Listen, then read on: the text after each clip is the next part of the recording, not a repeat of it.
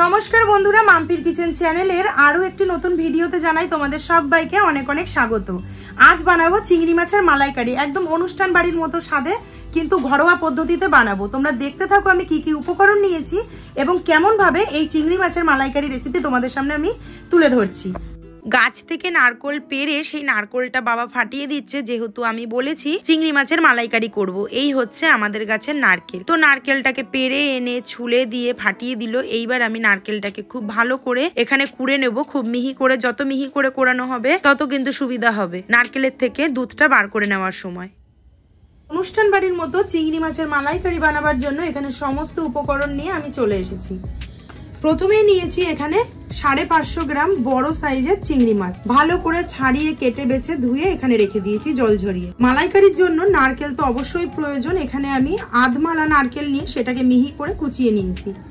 রান্নার জন্য লাগছে লবণ, হলুদ এবং লঙ্কার গুঁড়ো। এখানে লাগছে চিনি। বাটা মশলার মধ্যে লাগছে কাঁচা লঙ্কা বাটা, আদা বাটা, রসুন বাটা, আর রান্নার জন্য অবশ্যই ব্যবহার করছি এখানে আমি রিফাইন তেল। তো এখানে হাফমালা নারকেলকে তো কুড়িয়ে নিয়েছি। এবার উষ্ণ গরম জল দিয়ে নারকেলটাকে কিছুক্ষণের জন্য ভিজিয়ে রাখব। নারকেলটাকে প্রেস করে যখন নারকেলের থেকে দুধ বার করে নেব তখন কিন্তু হাতের সাহায্যে খুব ভালো করে চটকে নিয়ে তারপর দুধটাকে বার করতে হবে। উষ্ণ গরম জল দিয়ে নারকেলটাকে চিপড়ালে কিন্তু দুধটা অনেকটা ভালোই বার হয়। তোমরা চাইলে ঠান্ডা জলও দিতে পারো, কিন্তু উষ্ণ গরম জলটা দিলে বেশি ভালো হবে। বেশ কিছুক্ষণ ভিজিয়ে রাখার পর এবার অল্প অল্প করে এইভাবে নারকেলের দুধটাকে বার করে নেব।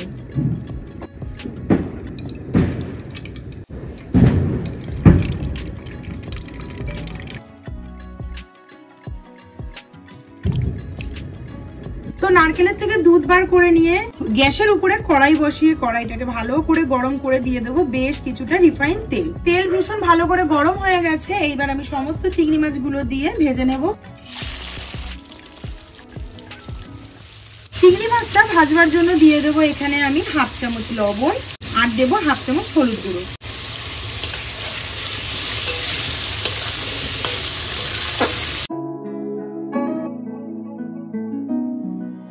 চিংড়ি মাছের সাইজটা দেখো কত সুন্দর।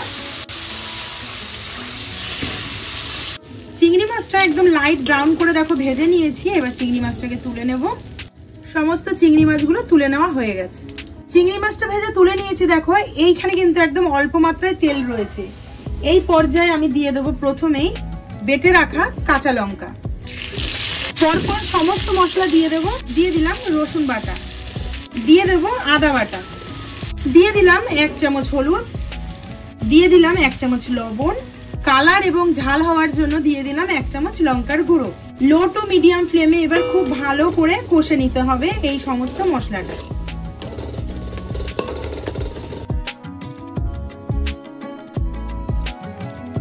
একবার বাড়িতে বানাবে, জাস্ট অসাধারণ কিন্তু হয় এই রেসিপি।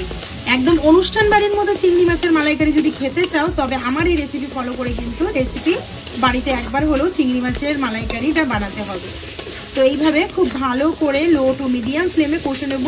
কোনোভাবেই কিন্তু গ্যাসের ফ্লেম হাই করা যাবে না, তবে কিন্তু মশলা পুড়ে যাবে এবং প্রপার স্বাদটা কিন্তু আসবে না। প্রায় 10 থেকে 12 মিনিট মশলাটাকে কষে নিয়েছি। দেখো মশলা এক জায়গায় হয়ে গেছে আর মশলা থেকে কিন্তু এরকম বিন্দু বিন্দু মাত্রায় তেল বেরোচ্ছে। তার মানে কিন্তু বুঝে নিতে হবে মশলা একদম ভাবে কষা কমপ্লিট হয়ে গেছে। তো এখানে আমি আবারও লো ফ্লেমে আর একটু কষে নেব যতক্ষণ না মশলার কাঁচা গন্ধটা একদম চলে যাবে। তো এখানে মালাইকারির মশলা পারফেক্ট ভাবে কিন্তু কষে এসে দিয়ে দেবো এখানে 1 বাটি নারকেলের দুধ। এই সময় কিন্তু গ্যাসের ফ্লেমটা একদমই লো থাকবে।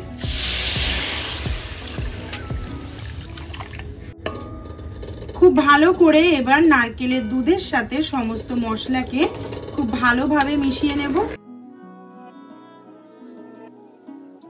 গ্যাসের ফ্লেমটা লো রেখে নারকেলের দুধটা দিলে নারকেলের দুধটা কিন্তু কোনোভাবেই ছানা কেটে যাবে না।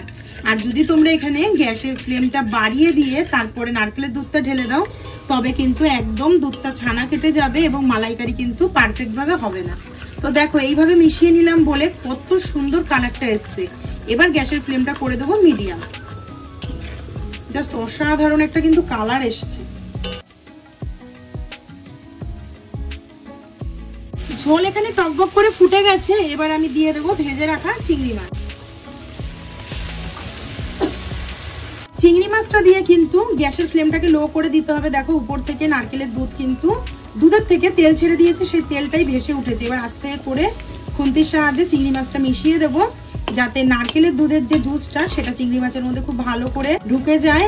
আর চিংড়ি মাছটা এখানে আমি 4 থেকে 5 মিনিট ফুটিয়ে তারপরে নামিয়ে নেব।